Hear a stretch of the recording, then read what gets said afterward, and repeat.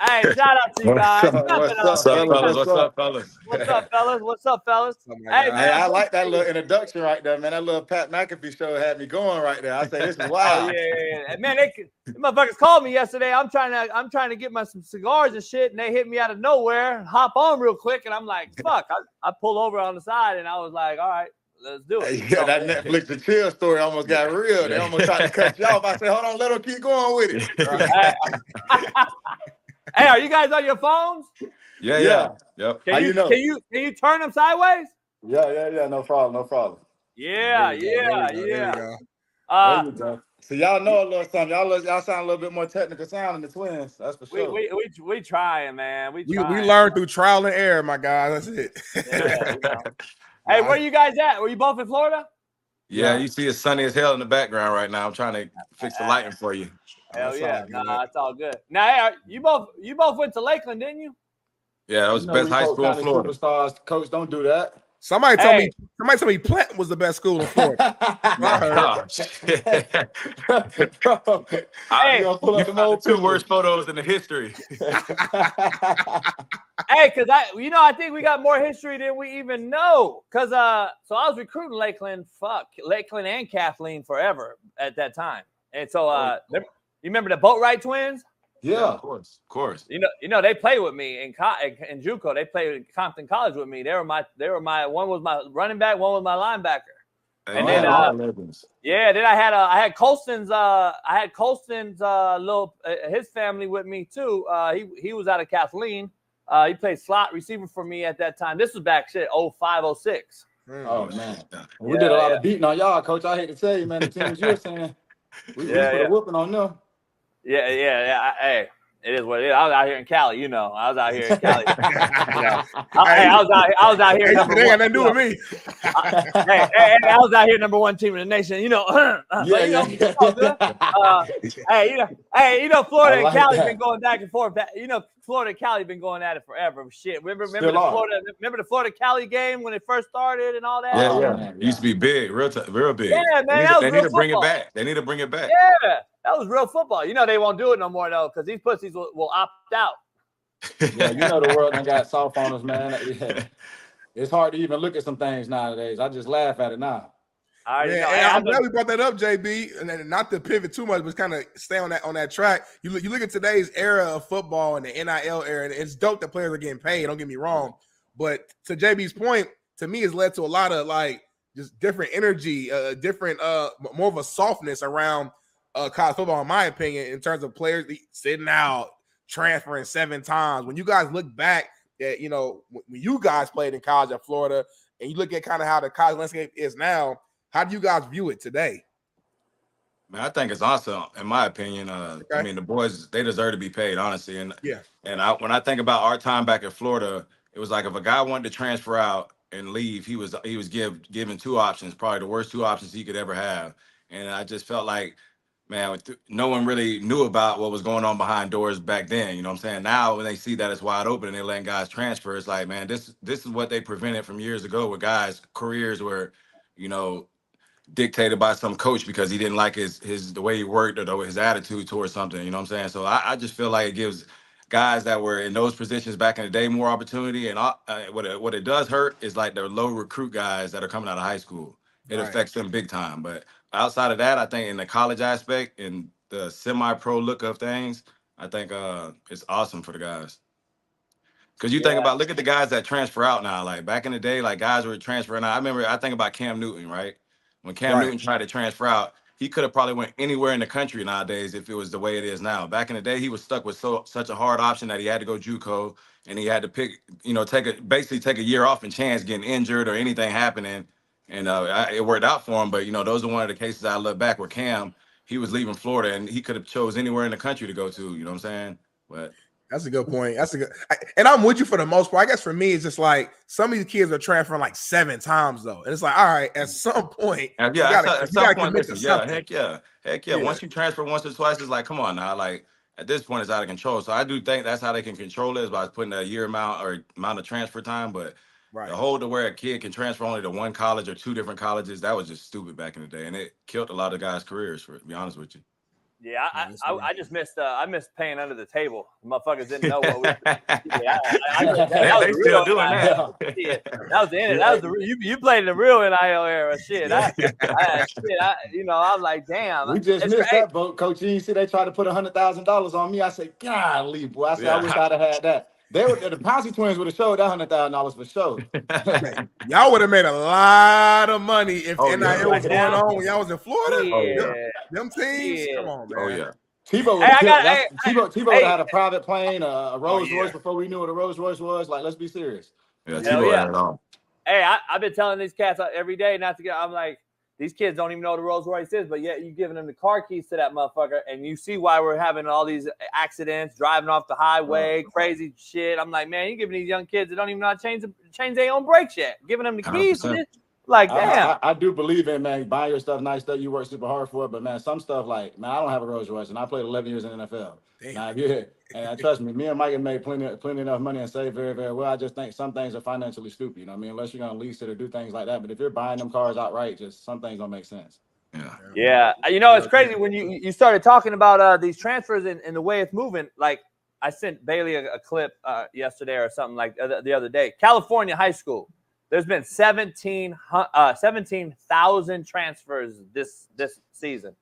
Look at that shit. Man, that don't even make real. That don't even make sense. Come on, man. That's high school. Kids. That's high school. Like, crazy.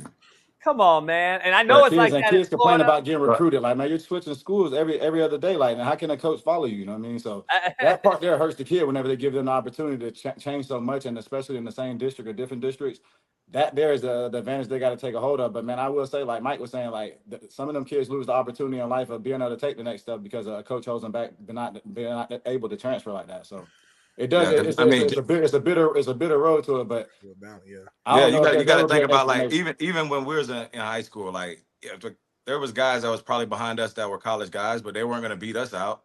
And so if they stuck behind us, they have zero chance to go anywhere. You know what I'm saying? Because they ain't like, oh, well, we can vouch for them and say, hey, they were good players. They were our backup. So you should guys give them opportunity. Like, it don't even work like that. So now with the whole landscape of the college aspect of it changing, kids in the high school level are going to transfer out a lot because just like we said, if you're a low recruit, you don't have a chance. So you got to go somewhere where they can make you a higher recruit where you can get your name out there, you know? That's real. And the pushback I always give to JB on this show, we always go from a player and coach kind of perspective. Is that like coaches have been leaving their teams since the beginning, college, high school, whenever they get a better opportunity, they gone. And then now that the players got that freedom, it's like it's an issue. I'm like, well, and that's when we every fucking week, me and JB, we get in an argument. The coaches earned that. The coaches are 40 years old. They've been coaching for 10 plus years. I'm like, cool, I respect that. But the players earned it too. The players busted their ass, whether it's through high school, whether it's through the first year in college, whatever the case may be. If another team wants me and it's a better opportunity for me to grow, I earned that opportunity. Coach is a big part of it, but it's small. It's smaller than the player aspect. I give you a football team full of no athletes, and you go show me how great of a coach he is. I put you with full of athletes, and then you could be, if you're a good coach, then you get it's magical. You know what I'm saying? So don't ever forget the player aspect of it. So that's why I always value the player higher than I value a coach. Hey, Jimmy's and Joe's, not X's and O's. Just because think about Bill Belichick. He's one of the greatest. I mean, he probably behind Mike Tomlin in my eyes, one of the greatest coaches of all time. You know what I'm saying? And like, you take away Tom Brady, shit, it don't look the same. The guys don't walk in the stadium feared the same. And I'm just telling you, And only there's the issue that I have, like Smitty just mentioned, like they've earned it. These motherfuckers ain't earned shit. 17-year-old earn what? What does a 17-year-old earn? But you earn what somebody's willing to give you though. Like if a motherfucker willing to give me $100,000, honestly, I don't think they earn a scholarship. Honestly, you earn a scholarship, but anything after that, like man, everything else is the groundwork you got to keep putting in. Even when we made it to the NFL. Like, man, it was an awesome feeling to get drafted, but, man, that was the road work. That was the first brick getting laid. It was so much work having to be put in after that. Like, so that's what it's the misconception sometimes that we get confused on it a little bit, but you both got good points on that for sure. Here's the thing. I don't think Smitty gets honestly, I don't. Go ahead. My bad, but like I was saying, honestly, I don't think, like, the player – like, you have to have both of them, right? Like, the player aspect and the coach aspect. I'm not trying to downplay the coaching aspect of it, but am I saying that a 17-year-old kid deserves millions of dollars? No, I'm not saying that. But at the end of the day, if somebody is making the money, then I think the player should get it. See what I'm saying? Like, no doubt. If the money's there for somebody, it should go to the kid that's actually putting in the work. Instead of us getting a backpack and 3 I'm with shirts. paying them. I'm with paying them. Right. I think Some sunglasses. yeah. Hey, look, my homeboy Ed O'Bannon, who my high school teammate, was the reason this all started back in the day, and he started this NIL thing. But so I'm with getting paid. I just think the way we went about it is open up Pandora's box to where these kids, there's a difference between what you're worth and what you've earned. And Smitty and I argue about that all the time. I think these 17-year-old kids are getting paid what people think they're worth. Like Nico got an $8 million bag to go to Tennessee. I coached Nico. His daddy was my tight end in JUCO and a quarterback, West Coast Uso, Polynesian. And he goes out to Tennessee. He hadn't played yet in the SEC. He goes into a bowl game. He didn't play all year. Goes in, balls, and now they got him on the Heisman watch already, right? What if this kid at 8, he's just turned 18. What if he goes out there and falls on his face, knock on wood, and we paid him that money already based on what we think he's worth? But he really hasn't earned that money yet. But these kids are getting that money already, and I think it's ruining the part of I can't cut you out no more. JB, this is what I got to tell you. So JB, listen, this is what it is. So when the whole NIL process started, right? When they say we're gonna start paying guys, it has zero to do with playing time. So we have to get that out of our head. It's name, image, likeness. So whether my kid plays one down for your team or not, you're saying you're paying them not for playing time. You know what I'm saying? So it's about him bringing awareness to the school, right? So we got to get out. What if a kid goes out there and doesn't? What if a kid goes out there and doesn't perform? Who cares? That's not what he's. That's not why he was brought there, and that's not why he's getting paid. And that was the reason why I went on McAfee when I was on McAfee every week a couple of years ago, and I was like, look, this is how I would have changed it different, and this is what I mean. I'm all for it. The kids should be paid, but the problem is right now is that we still have a problem that we've squeezed out all the pace, and there's no way of getting that shit back in the tube. And in my opinion, the way that we've done it, if we would have did it based on you two coming out of high school and you were both 5 stars, they should pay you based on 5-star. If Smitty come out and Smitty's a 4-star, they should pay him on 4-star money, because what's happening is right now, 1% of y'all are making millions. There's only one Caleb Williams, a Shedeur Sanders. Let's be real. We know the truth. There's only 300. Everybody else out there is making $300, $500, $600. Like it ain't. But me and Keith were 3 stars, and there wasn't a lineman better than us in our eyes. See what I'm saying? So we would have fell in that bracket. We would have fell in that bracket where it was 3 stars, and would have been like, "What the hell? Like we deserve to be, you know?" 4 stars, 4, whatever. Hey, 4-star. And here's my point though. Like if the original thing was what you just said, name, image, likeness. So the Pouncey twins got to go into the student store and sell 1 million jerseys, for instance, to the student body and everybody that wants to order online, and they make that cheese from there. Or if Cadillac came over there and said, "Hey, dog, we're going to give you 2 cars and a deal because you're going to be the face of our Cadillac deal." To me, that's name, image, and likeness. Now it's not that; it's pay to play. It's straight NFL. Like I think we've ruined it. If it was NIL, I think it would be better format. But right now, we're just like, we're transferring out to chase a new NIL deal instead of getting molded as a young boy turned into a man. We don't have that no more, which I think's trickling over to society. That's all I'm saying. That's why they have to control it more with this. Like, listen, once a kid comes, once you sign for your name, image, likeness, it shouldn't be, hey, if I scored 100 touchdowns this year, I get paid more. Like we didn't. It's not about playing time. You know what I'm saying? It's all about the name, image, likeness. So once they sign those, they got to come in with, hey, you're a 3 or 4 year contract with this kid. Sign a 4-year contract. There's no other incentives. There's no nothing, because they're not going off playing time. Is that, you know what I'm saying? Now, if you go out on your own and you have your own marketing company where you get all these deals, like you said, Escalade, whatever, then that's on you. You know what I'm saying? It's not on the university, but that's how they can control it. They got to control this thing when they bring in the kids. And Shaun King comes on here, Tampa Bay Buck and Florida boy as well. He comes on here twice, 3 times a week, and he was like, the problem is we're like, the kids get to transfer, get paid at 2 places, and then the school now is basically like, well, fuck, we recruited you for 4 years. You came over here for 6 months. You got cussed out by us one time, and then someone else reached out to your DMs and said, hey, I'll give you a bigger bag. And that's just creating a Pandora's box. Coaches do the same thing. Coaches do the same thing. ADs, everybody does it. You know what I mean? The simple fact it's been exposed now. It's kind of like, the best way to explain it, how it's been exposed, is how the NFL is and the Green Bay Packers. The Green Bay Packers are owned by the state. You know what I mean? So they have to show their gains, their wins, everything that goes on, to kind of expose some of the stuff the NFL has going on. You know what I mean? That's the same thing with college football. Like now the simple fact that kids are getting paid so simple, a lot of money at the beginning of their careers, people are like mind blown away from it. Like these ADs and these coaches weren't getting this, and they live in these multi-million-dollar homes while these kids are living in a dorm room stacked up together. You know what I mean? So like that's why it's like funny and hilarious, because the older crowd is like taking that approach of it. You know.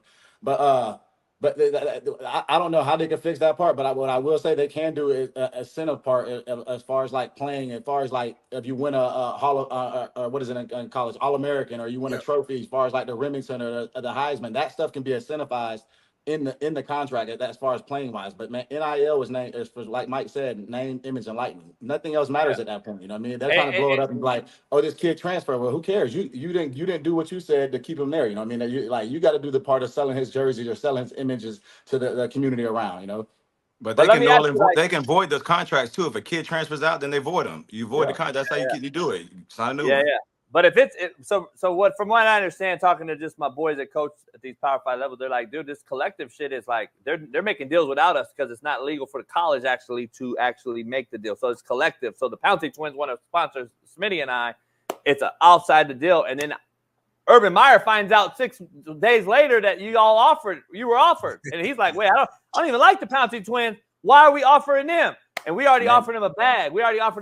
That's how this shit is working. JB, you know they lying to you. That'd be crazy as hell. You mean to tell me that the head coach of Florida don't know who the NIL people are saying? You know what I mean? Like that's what I'm saying. Like they might act like they don't know, but we know the NIL guys. You know what I'm saying? You and I know if it was Urban Meyer, he would know everything. They're gonna throw it on the collective, like, oh man, the collective paid this guy, and we didn't like, man, come on, let's be serious. That's just to appease the donors. You know what I mean? Right. That's exactly right. And that's why I'm like, come on, man, there ain't no real coach, alpha coach going to sit here and be taking this collective off. So I got to roster. It's going to be an OJ scene. I'm going to get mine back. I'm going to get my memorabilia. That's what I'm saying. Hey, that's what I'm saying. I'm like, no, I don't know. This collective shit's crazy, man. It's crazy. I don't know how it fix it, but it's going to be wild right here. I don't know. It's going to be crazy. And now high school kids are being able to get paid. So that's the craziest part. It hasn't happened in Florida yet, but I know in Texas for sure. You know, them kids are able to get paid off their name, image, and likeness, but that's I wanted to start this interview off real quick because I've in the last like 5 weeks I've lost like 8 pounds. Everyone in the JB, everybody's been like, how have they lost all this weight? They made they made you go viral a few months ago on social media, and they had you like how from the NFL to where you are now. Is there something you just focused on mentally? You said, hey, man, I can't blow up. And I've seen too many of the homies go bigger after the league and it became unhealthy. Is that number one on your mind or what happened? Nah, for us, the craziest part, bro, we was always the players. And I don't think people like kind of understand that's kind of mind blowing to them. But we was always the players having to eat peanut butter jelly, protein shake, chugging water before weigh-in. So like for us, we made a big commitment about changing our diet and fasting and all that stuff. But man, it was a lot easier than what people think. You know what I mean? It wasn't like we were shedding off jelly rolls. You know what I mean? Like we were just. Right. I mean, even look at those pictures. You guys were never like fat. You were strong and big, but you were never that big. You know what I'm saying? So like it makes sense. Yeah. So, but yeah, I do like that we confuse the world. I'm like, man, you know what? We changed the model of losing weight. So if anyone wants to pay us for that, we'll take them off. We'll see your plan. Hell yeah. Hey, I want to plug something. You got the Pouncey Foundation going on right now, right? What are you doing? What are you doing with that before we hit you with some real questions?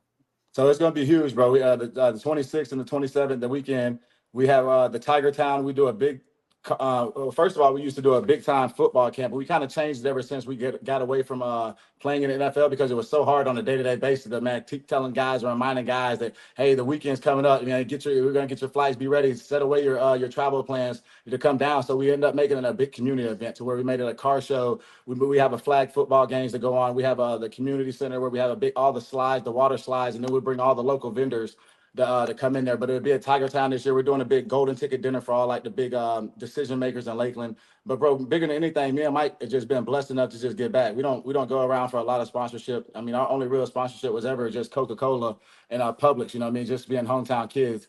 We love them to death.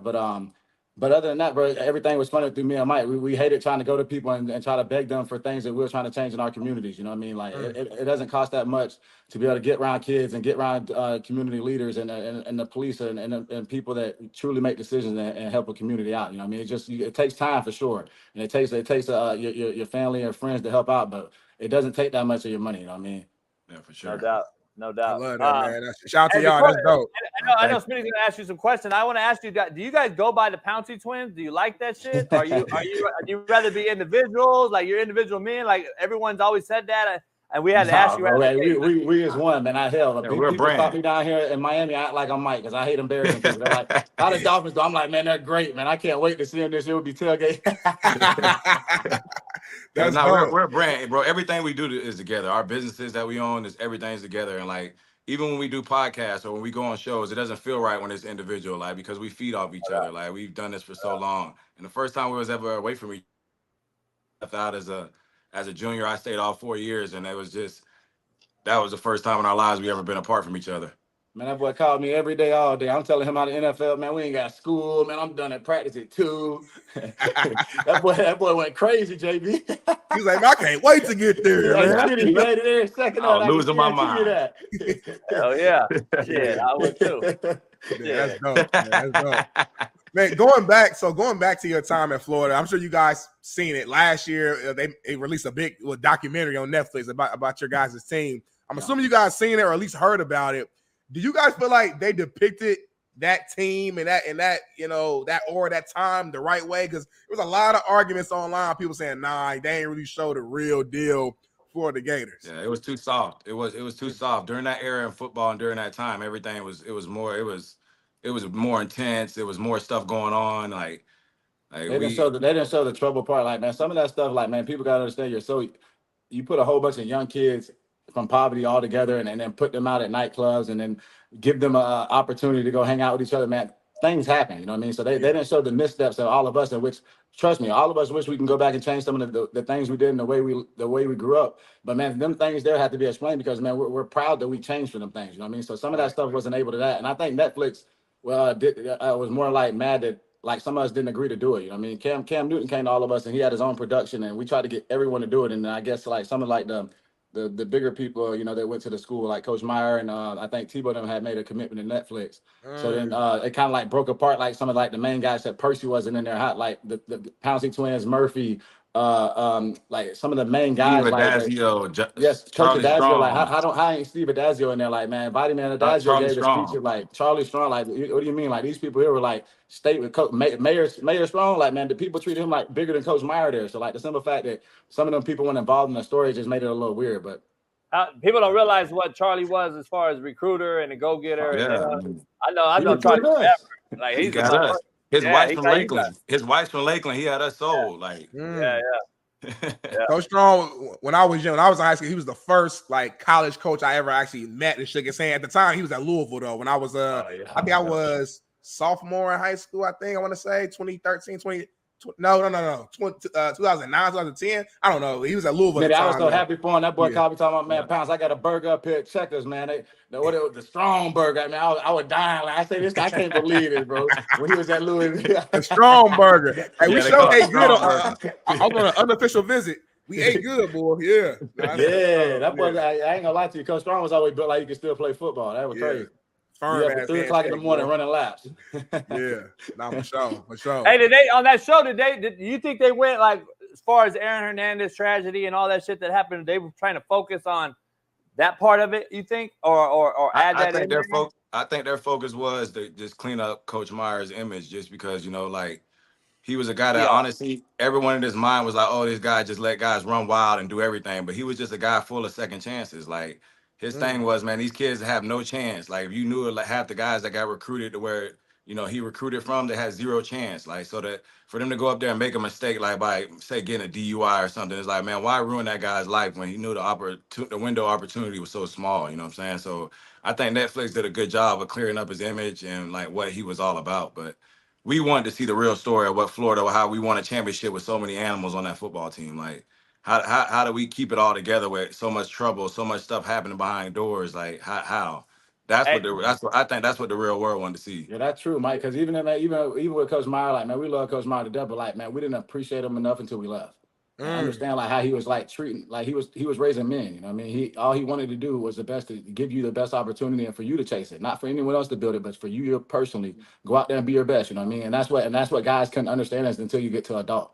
all of us think we're adults when we're in college, bro. Listen, I wasn't an adult until I was down there halfway done with my career in the NFL. Let's be serious. You know what I mean? Like, I mentally, you know what I mean? Like, how I was hanging out, like, you know, we was running around late at night. Like, it was just crazy. You know what I mean? So, like, to sit here and think that we can put this. I'm only laughing because I tell Smitty that shit every day on this show. I'm like, motherfucker, I quit saying you're adult at 18, motherfucker. You're not. And I try to tell these motherfuckers, I'm like, dog, that's the reason I named my book "Hate Me Now, Love Me Later," because the kids tell me that. Jermaine Johnson, Pro Bowler, first rounder, on that show.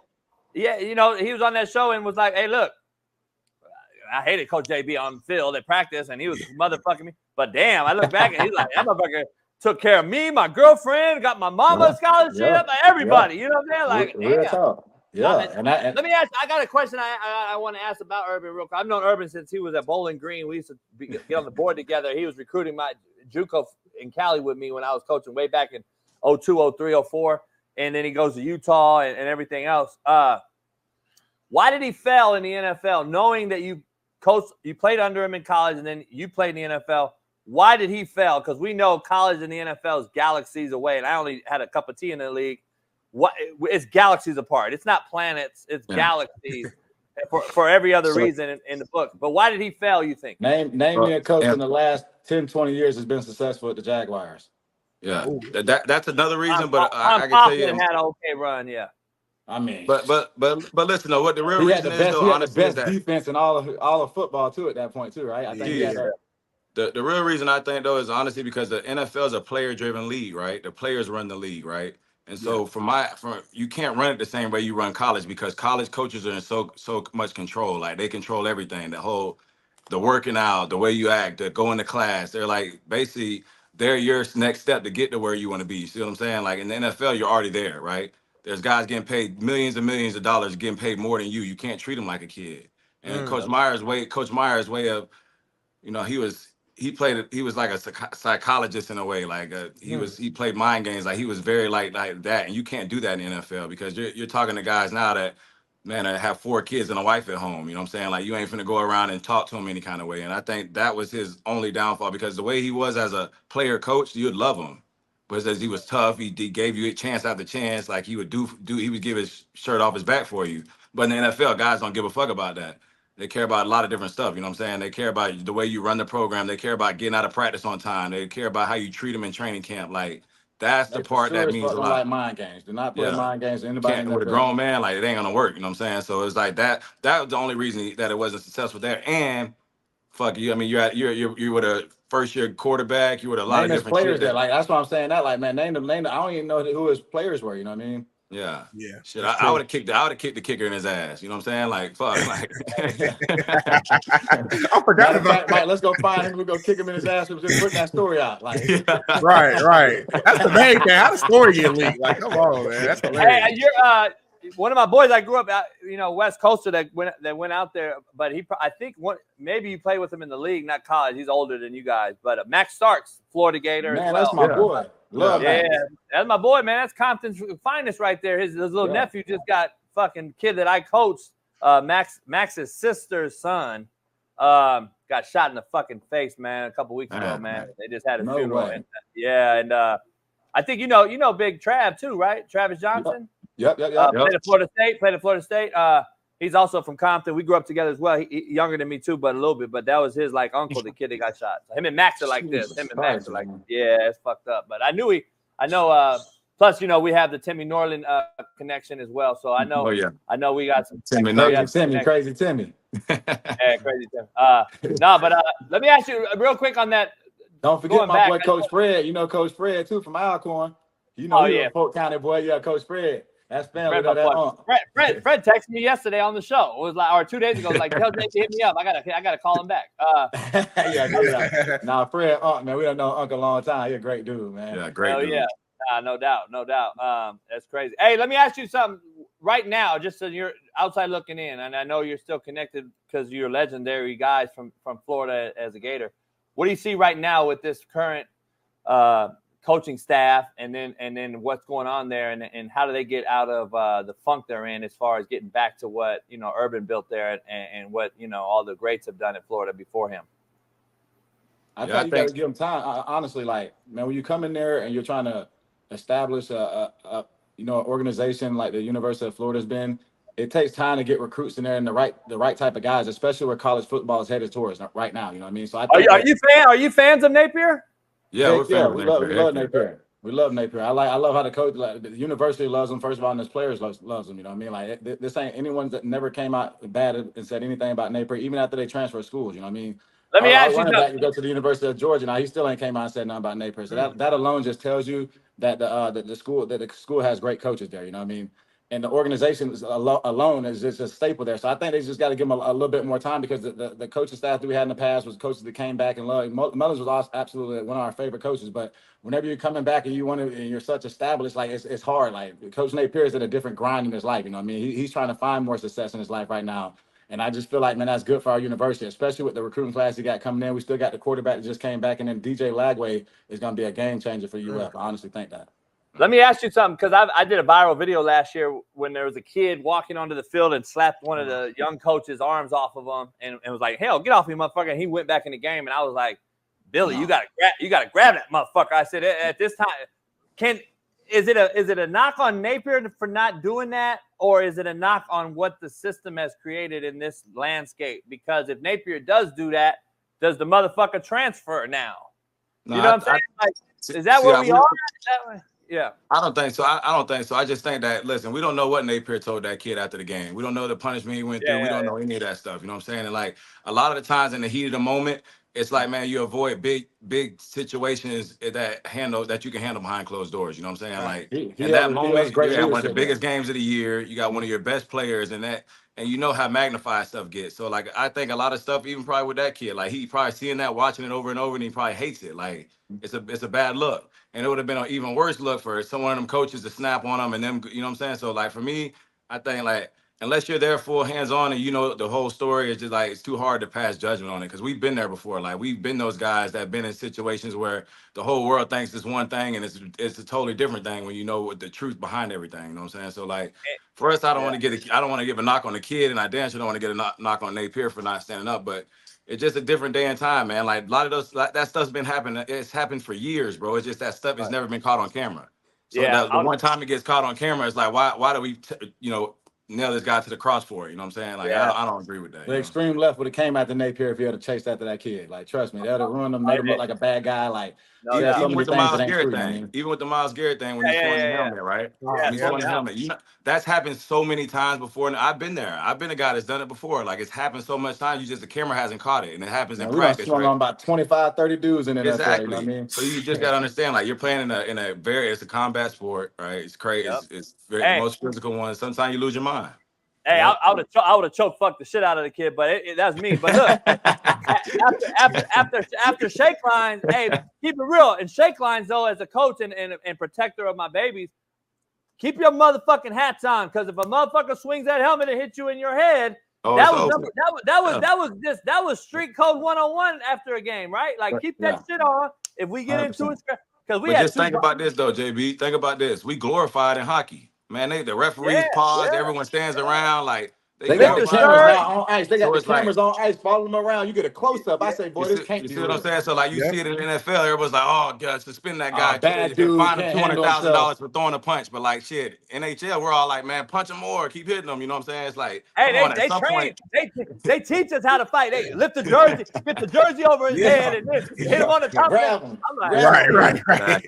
It was people in the media, if y'all remember, was saying Miles should be arrested damn near. I was like, what? Go to jail? Like, come on, like, and that's why as us as pros, we always, you got to say the right thing, right? Because everyone's listening, everyone's watching, right? But at the end of the day, it's like, bro, man, they glorified in NHL. They fine us $250,000 for throwing one punch in the NFL. It's like, what? It don't make any sense. But it's like you can't go against the league, right?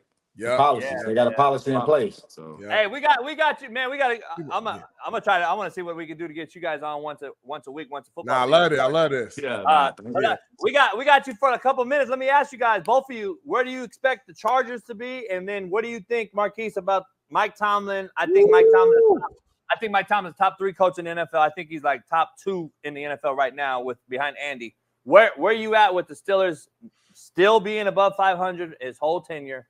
and where they are headed right now, especially with the double-headed QB situation with Justin and Russell. And then what do you think about the Chargers, Mike, and what's going on there with Harbaugh's hire? Now listen, I think for Harbaugh, I think he's going to do amazing, right? He has a brother that's done it. He has somebody that has a blueprint for him, and I use my brother as an example, right? My first year when I came in the league, it was so easy for me because he had already told me everything to expect, right? And I think Harbaugh's seen other coaches, and he's done it at the college level and the NFL level. He's coming back. Now, when he was with the San Francisco 49ers, right? Amazing football team, right? Yep. So now you're coming to a team where you got to build all that. But I think he's built a great staff. I think he's had the experience in the NFL and college level, and he knows that he's been out it for a while, right? So his brother has been in it still for a while, so he knows exactly what's changed and what to expect. So I think they're going to do great. Plus, he has one of the best quarterbacks in the league. This guy's throwing for 6,000 yards every year. Hey, Harbaugh. Like, but he's just smart, right? He got another big ass lineman in the draft. They already had one big ass left tackle. You know what I'm saying? Like they're building this behind the quarterback in that line, and I think their defense is amazing. Derwin James, Polk County, baby. Derwin James, you got Bosa, you got Khalil Mack, you got all these guys. Like you just needed the right scheme and the right staff, right? Because that's big in the NFL. That's what the right structure. That's the 70, 30, 60, 40, however you want to put it. You know, the players and the staff. Like without the players, it ain't happening. But without the staff putting you in the right position, knowing what third down plays to call, knowing when to go at the right plays on the goal line, knowing defense to call, like football doesn't make sense. You can have all the best athletes in the world, and you don't have a great structure, it ain't gonna happen. 100%. But to answer your question about Coach Tomlin, I will say, man, I played with a lot of coaches, and by far, Coach Tomlin is the best coach I've ever been around.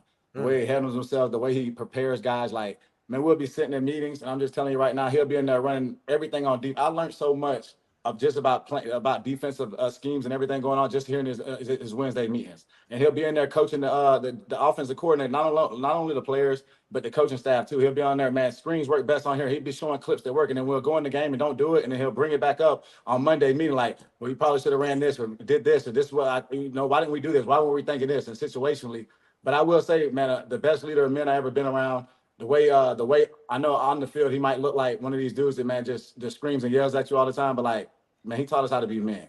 He know how to bring you in there and be super, super tough on you, about holding yourself accountable, about leadership, about family, all them things there, bro. The stories that he brought to us is just tremendous. And I still carry him around to my kids. You know what I mean? I still carry the way I carry my life with some of the things he instilled in my head over the times and the years being there. You know what I mean?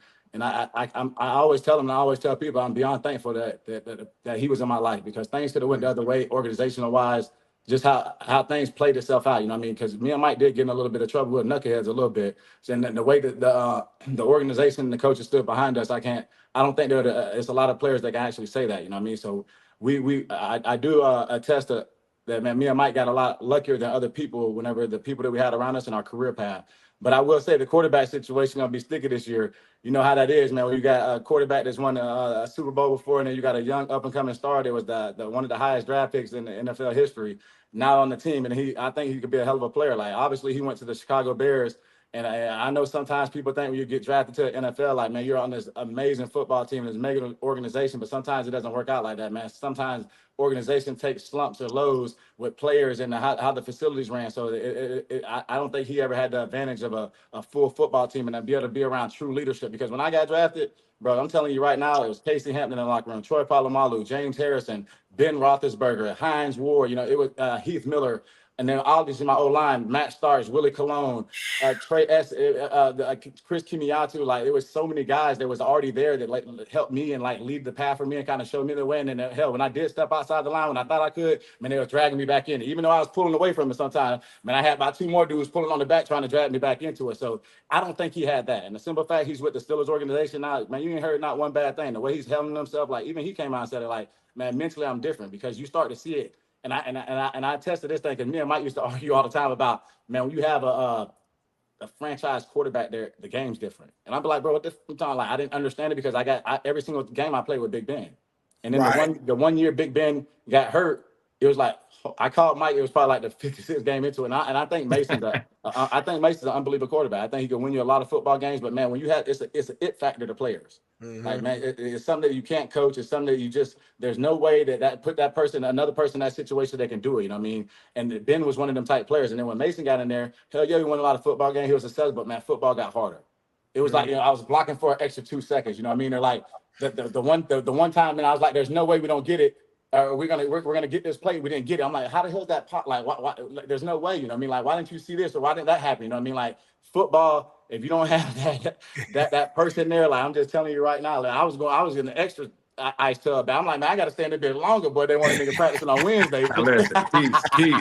Now you see why I value those three Pro Bowls that I got with the Dolphins. I value those more than ever. The Pro Bowl I got with the fucking Chargers with Phillip Rivers back there, the easiest one of my life. Like easy for you, get that ball out. Right. Man, when you got AB out there catching shit on the side of his head, and Big Ben, I don't know how Big Ben targeted right there like a missile, and that bitch think, and that bitch stuck like a glove. I'm like, shit, no one else making that play. Yeah, right. Hey, that's what I'm saying. I tell Smitty every day. I said this is the lowest.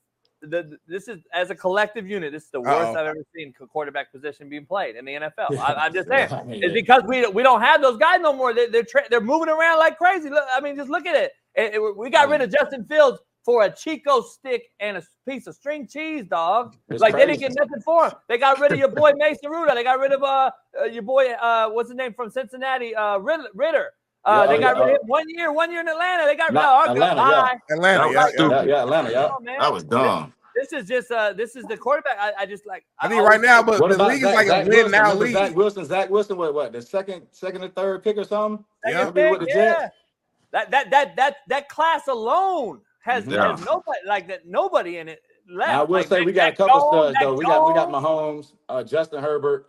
We still got them type of guys that, man, we're looking at like, man, y'all have to be the next ones to carry the NFL. I can't leave out my boy. Jordan Love. Lamar Jackson. My boy Lamar Jackson. Jordan Love surprised me this year. All right, real quick, I know I gotta go. You just brought up Lamar Jackson. Yes, please tell me how we argue about Lamar every damn week. How you feel about Lamar Jackson? Keep it real. One of the top best 5 quarterback in NFL. Top 5. Because Lamar, everyone always talk about, he gets hurt running. Lamar's never got hurt running the ball. He got hurt standing in the pocket, just like every other quarterback. You know what I'm saying? Like, that's part of it. Like, it does. That's what makes. Man, we played them twice a year, and that's our division. I'm telling you, we played a lot of teams, and I'm telling you, when Coach Tomlin's up there talking about quarterbacks, Lamar Jackson was one of them dudes we had to scheme for the whole entire game. The whole practice. Quarterbacks, man, get out to the man. Tell the rushers get out them. If you're gonna like Lamar Jackson, I don't care. You get out them, you got to do everything. Chase them, grab them. They got to game tackle them because he ain't coming down easily. Now, JB, I know you don't like listen to me. I know I didn't play in the league. I played at college. I know I'm young. I'm 30 years old. But these are two legends right here. Florida boys played in the league, played against Lamar. You heard what they just said. What's your reaction, JB? Scared. I didn't hear either one of these motherfuckers talking about I didn't hear one of them talking about they was worried about him throwing the ball on us.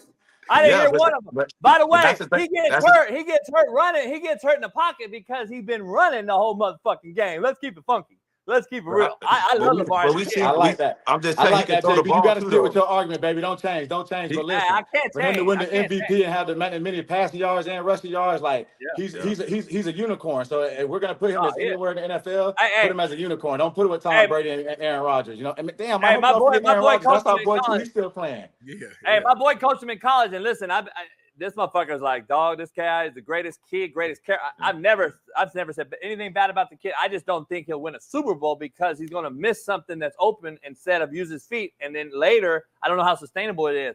I know he wins during the year, and that team's Trent Dilfer won a Super Bowl. Zay Flowers. You don't think Lamar Jackson? Hey, JB, you don't think Lamar will? Hey, that's my point, though. I'm like, dog. I've used that reference, by the way. I've used that reference, and I'm telling you, hey. But guess what? He gunned that motherfucker to Shannon Sharp. He went 99. Man, it takes more. Listen, defense wins championships. That defense step up for Lamar, I guarantee he's going to make enough plays. And listen, they would have. Zay Flowers fumbles. Zay Flowers fumbles. Zay Flowers penalty killed the game, bro. It wasn't Lamar Jackson, bro. That was the game. It wasn't Lamar Jackson, bro. It's like the Pouncey twins watch this show. Allen too, Mike, with Buffalo. I say this every time. It's like JB forgets Zay Flowers, and I love Zay, young guy. Yeah, me too. He's a great player. He fumbled right across the. He made their tie. It's a tied game. They win the game. Yeah. Lamar wins that game if you don't do that. And then plus the penalty, you get the penalty. It kills the energy. It kills everything, bro. Like, Lamar, they just need to keep building to that defense. They got enough with Lamar. I can promise you. Can y'all please come on once a week, man? Can y'all meet up and talk? I need y'all on once a week. Anytime. We're in contract talk with Coach Fred, bro. Don't let Coach Fred hear this once a week. He's gonna kill us, dog. Hey, I gotta hit up Fred right. I'm gonna hit up Fred right now and be like, "Hey, dog, who's got the bigger show? Let's get it cracking." Hey, man, I can't thank you guys. I can't thank you guys enough. We gotta have you on again. Hey, 100%.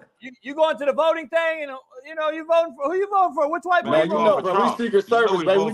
We firing all Secret Service. We got our own boys from Polk County to take over Big Trump, baby. Yeah, the real talk. Trump, we just got on the phone. We got a silent contract with him. Listen, Trump can hire me and keep his livestock agents. Y'all watch Yellowstone? Have y'all watched Yellowstone?